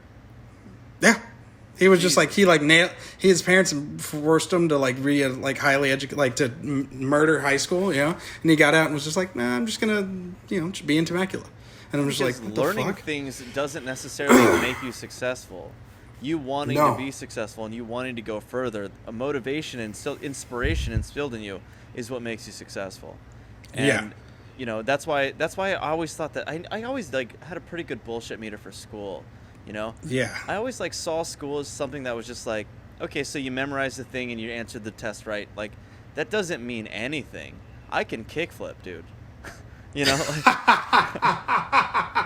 For real. And real. This is what I love about skateboarding too, is that people think that they can actors will take a role and they'll be like, that you have to skate, and they're like, well, just learn it. Like, anything normally, like, as an actor, you can learn in 2-3 months. Skateboarding, no matter what, takes a year or two to be okay.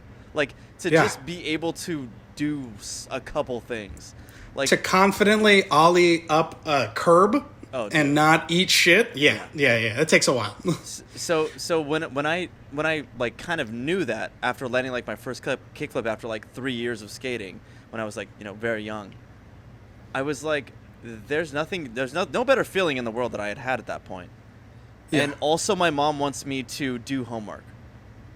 And I was like, you don't understand. Like, this is so easy to do. I can definitely memorize this. That's not a hard skill. Kickflipping is a very hard skill. Yeah. Can you kickflip, Mom? Yeah. I feel like there's so many skills that get underrated. Do you have any skills that you felt have been underrated in your life, where you don't understand? Like, I play with a tech deck, and I'm pretty good at it. Oh. And I feel like I'm pretty good, and people should recognize it, but it gets so made fun of. Do you have anything like that that's a skill of yours that's not stand-up? Oh, man. I'm going to have to ask my wife. I'm about to ask my wife. You want to ask the audience? One. Yeah. Where is she? Right there? Yeah, she's right next to her.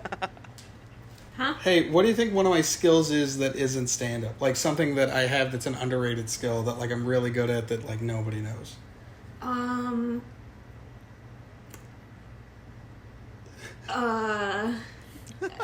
You're putting me on the spot here. But there should be something. Oh, you're pretty good at drawing. I guess I'm okay at drawing. I haven't drawn in like forever, but yeah, I was pretty good at drawing. Yeah. Okay. Yeah. You know what's weird is I feel like most of my Mexican relatives were good at drawing. Yeah. I was is in I don't know. I know in elementary school I was really good at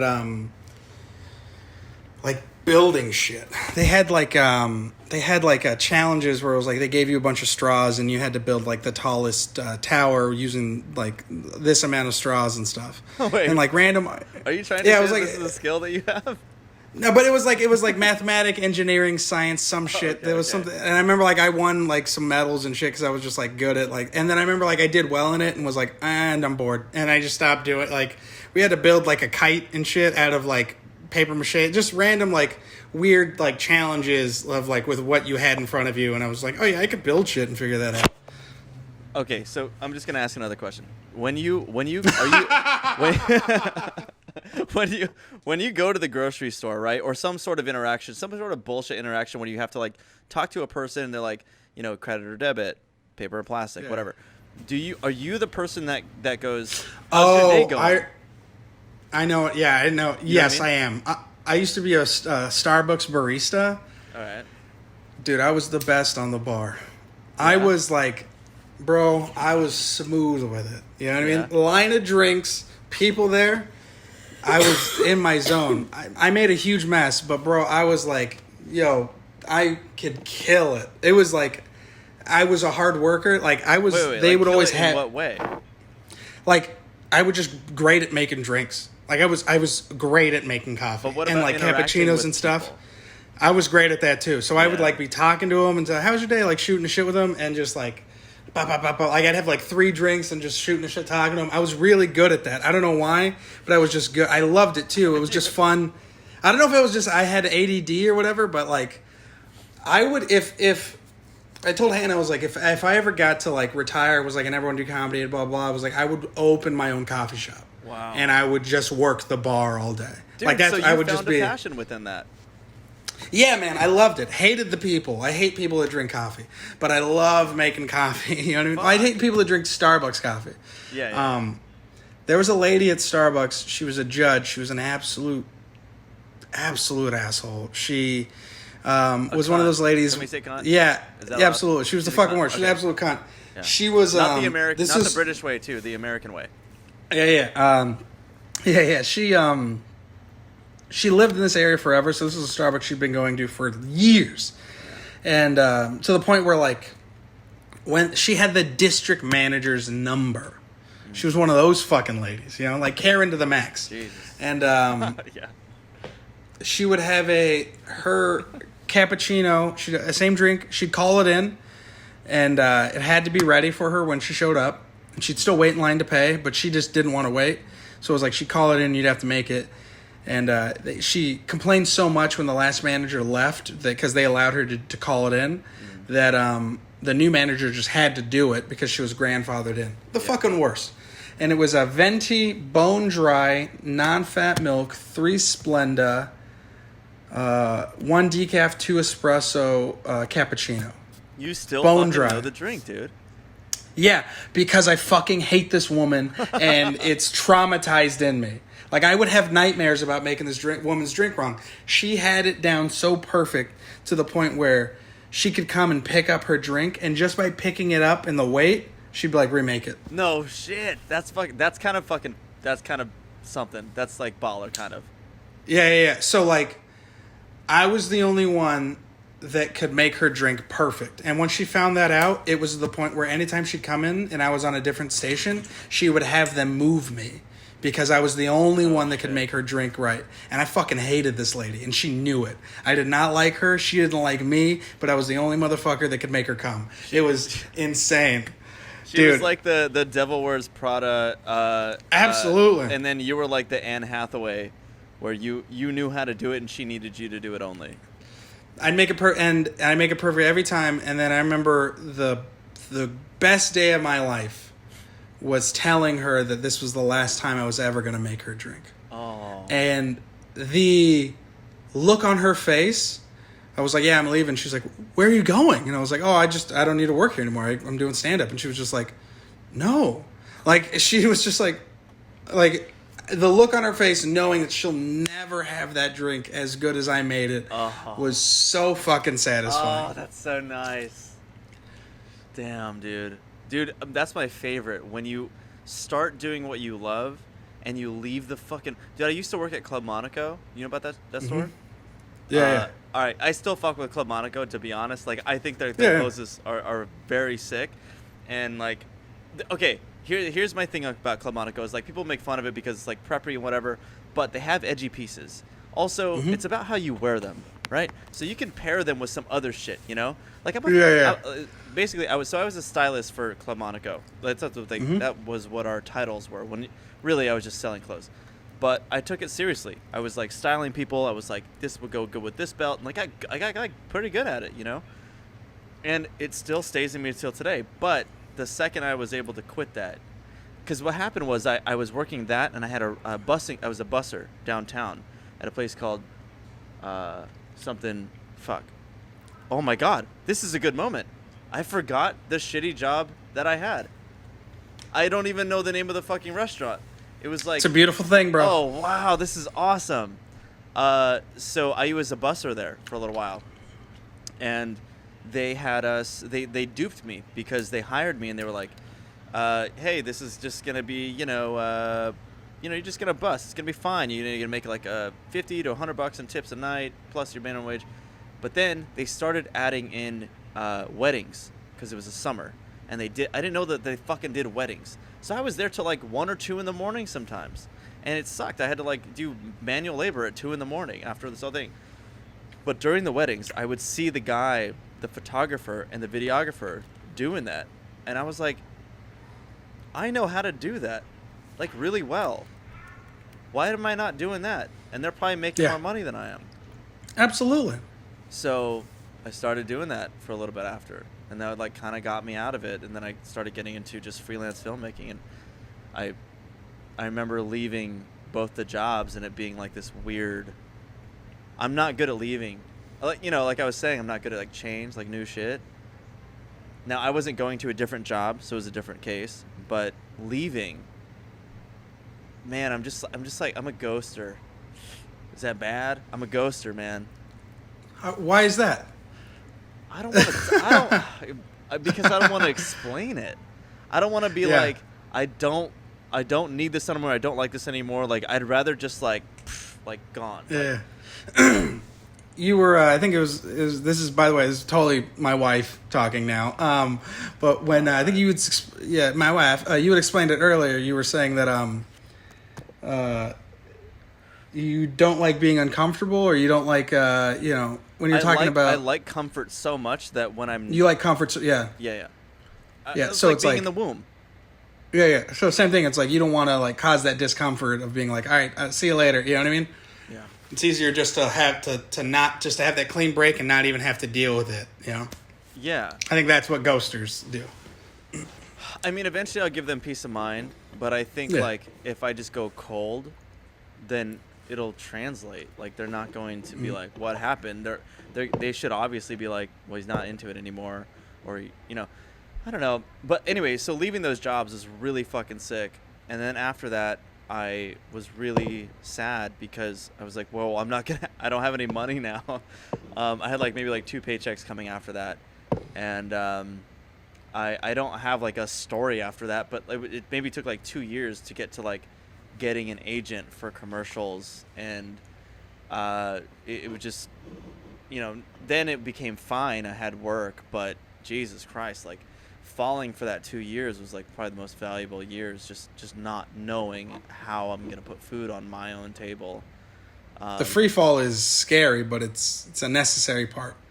Yeah, that's what I'm doing right now, and it's terrifying, but honestly, it's like the happiest I've ever been. Here's what I'm going to do, Frank. I'm going to send you a photo of what's been written on your shirt this whole time, and I think you'll like it. So. Oh yeah, I totally forgot. I'm just a head on a body. That's right. That's right. So, where are you at?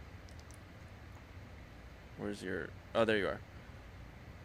You're a head on a body, and I'm going to send you a photo. Feel free to open it up on your phone. But let's see a smile. Give me something in the face. Hey. Now, what I try to do is make this mean something to the guests. You get it? Let's see. Yeah. Oh, that's hilarious. Explain. That's Explain it. so funny. Roast Castle, because my last name's Castillo, and Castle in Spanish is Castillo. There you go. One comic would call me the Punisher all the time. Okay. Because he realized Frank Castillo meant Frank Castle in Spanish, or it was Frank Castillo is Castle in Spanish. Yeah. So they call me Frank Castle all the time. Frank I'm like, Castle, that's ridiculous. Yeah. All right, buddy. It's been really fucking good talking to you, actually. Yeah, man, tons of fun. I hope to chill in person whenever things are allowed to be that way. But yeah, dude, been really good talking to you. I'm gonna shut this down in a second here. I'm very buzzed right now. I've been drinking this. I love it. I love it. Dude, I love it. I'm about to go out and get a drink right now. All right, brother. So good to talk to you. Best of luck with everything. I'm gonna go check out. What do you say? You had like a virtual something? Oh, darn, I forgot. What do you mean you forgot? I forgot a virtual. Yeah, a like virtual it was either a roast thing that you have. No, not a roast thing, but a stand-up. Okay. So roast battle is every, I think, Friday on Twitter and stuff. So we still do the shows live at the store, but it's just no audience. It's like MTV's Unplugged. It's really just fun. Dude, something for us to all do. Dude. Yeah, it's pretty great. It's fun because it's like 6 of us in a room just shooting the shit, fucking around, roasting, and it just feels good to be back in a room full of comics. All right, so we've already gone this far. I totally forgot that I was going to ask you this. Oh, go ahead. Okay, so you're so good at roasting, obviously, because you won and everything. But aside from that, do you have like a formula that you snap to every time, or do you just kind of like have several different rhythm templates that you snap to? There's a book from Jeff Ross called I Only Roast the Ones I Love. Now, I bought it. I didn't read it because that's what I do with books. I buy them and then I don't read them. But I definitely have them. They make me look smart, right? So, yeah. And that's enough. But I'm curious about if you have something. Like, can we write a roast joke right now? Yeah, who are we doing it about? Do it about me. Oh, okay. Let me... You want to look at my Go look at my Instagram. Let me check your Instagram. All right. And then I'll for like the viewers, I'll put up my Instagram here so people can see what you're probably looking at right now.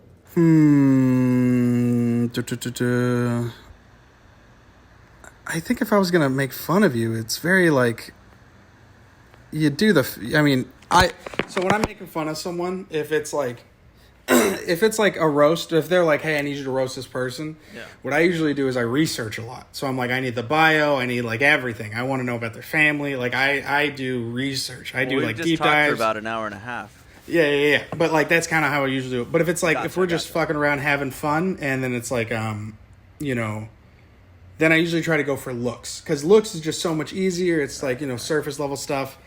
Yeah, that's pretty bad. That's usually what I would go for. Okay, so how would you go about writing a roast joke? Now imagine this being for like the listeners or viewers to understand what first off, I think the important thing that they should know is that it comes from love. It comes from because you like the person. Yeah. If you genuinely don't like the person, it's not going to translate as a joke roast. Yeah. So it would be like, I would go by looks, facial looks, especially because that's when you're roasting in front of people. It's like the audience only knows what they see, right? Yeah. So they see you, and then it's like it's easier for me to put this character that is you in a situation, Or if I'm just going after your looks, like if I was gonna make fun of you, first thing I'd do is make fun of your mustache and your facial hair.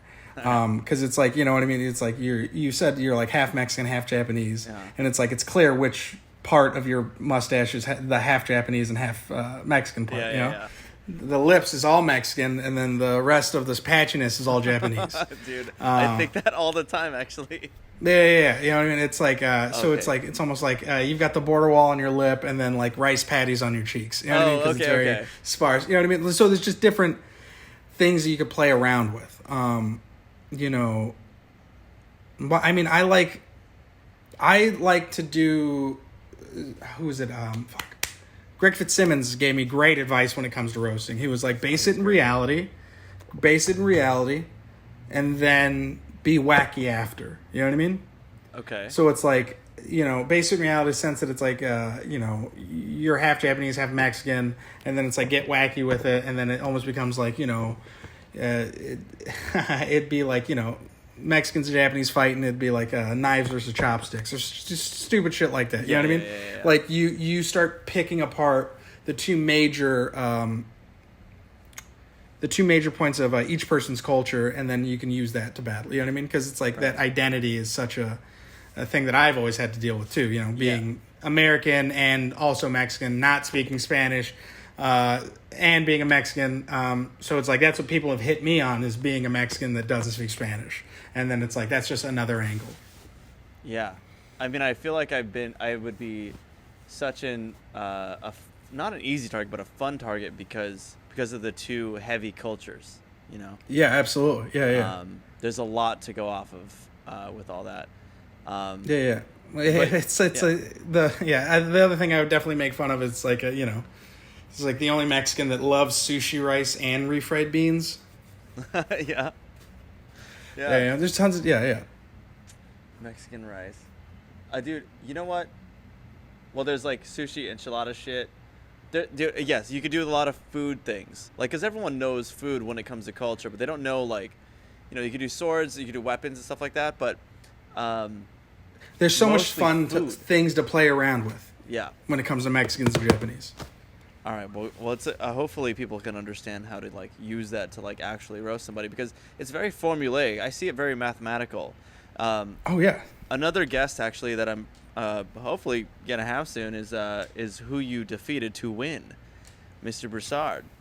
Yeah. He's very mathematical with his jokes.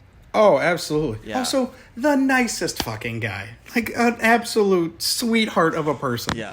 Like, I love that kid. And, like, it's always so funny whenever we go into, like, I ever do interviews, they're always just like, you're that guy you beat Matthew Bouchard? Yeah, man, you fucked him up. I'm like, I like this kid. Like, he's my friend.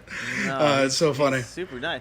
I met him at Whole Foods, the one, not Fairfax, it's like West Hollywood-ish, whatever. It's a Whole Foods. Yeah. And, on Melrose. And so I went there, and I was with a comic, Dana Moon. You might know her. Oh, yeah, I love Dana Moon. And so we just kind of sat down with him, and he was like doing math. And yep. I was like, what are you doing? And he was like simultaneously drawing, and he's like, well, I just figured out this equation, and he's like broke down this, because I love algebra, like that was what I shined at in high school. So I was like looking at it like, okay, I haven't seen algebra in fucking years, but yeah, let's talk about algebra, I guess, because I also knew him as a comic. So I was like, wow, this comic is very good at drawing and also is doing algebra for fun. Like, what is this guy, you know? And so we were just talking about math and comedy theory for like a while, to the point where like Dana was like, are we gonna leave? And I was like, this is interesting conversation. I've never heard this approach to comedy. This is fucking interesting. Very interesting dude. So yeah, you know, I can see it, you know, especially in like the roast jokes, there's like a very much so mathematical rhythm to a roast joke. Word economy is so important. Word economy. That was the thing. Yeah. Hey Alexa, turn the light on. Word economy is extremely important. But that's all stuff that I had to learn. And also, like, man, performance, and it is a lot like chess, you know. and people mess up and then like stopping and waiting for whatever the fuck to go and then delivering your jokes. And it's a lot of like, it's very interesting. It's like a dance. You ever get people trying to give you roast jokes? Absolutely. And there'd be times where like it'd be right before the battle and then I'd ask people's opinions and they'd be like, I don't like that one. And then you start changing it up right before your battle and then you just fuck yourself. So then the thing that I learned was whatever I write, whatever I decide and finalize on, that's just what it's going to be. Like I'm not going to change anything. I'm swinging with what I got. Well, you're also funny enough, like, we'll just say, like, without words, like, not that you could just, like, stand there and be, oh, hey, what's up, kitty? You know, you have a vehicle for comedy, meaning your delivery, your body, your eyes, like, how you do it, you know, which is what I feel like the essence of comedy is. Like, there's people who I could just watch, you know, get into their car, and it's hilarious.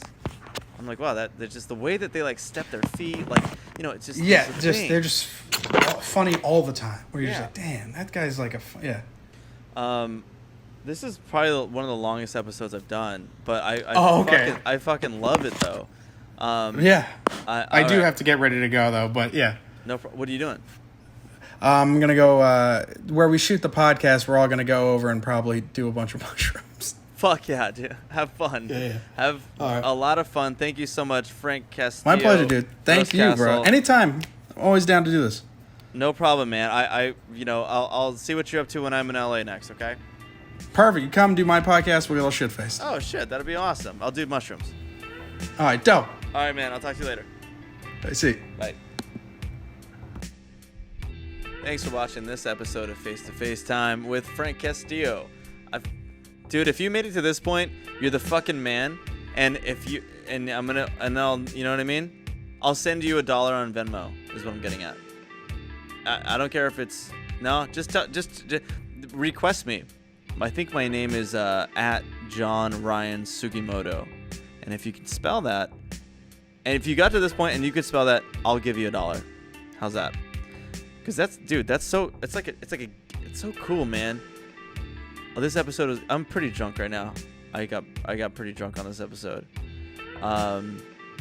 Which is weird because I'm always drinking, but I never like get drunk. This is just hilarious, man. All right, just subscribe to this podcast. It's on it's on YouTube. It's called Face to Face Time. You should fucking know that by now at this point in the episode. If not, it's okay. I totally still love you and stuff like that. And then, what's the other thing I was going to say? Instagram, Face to Face Time.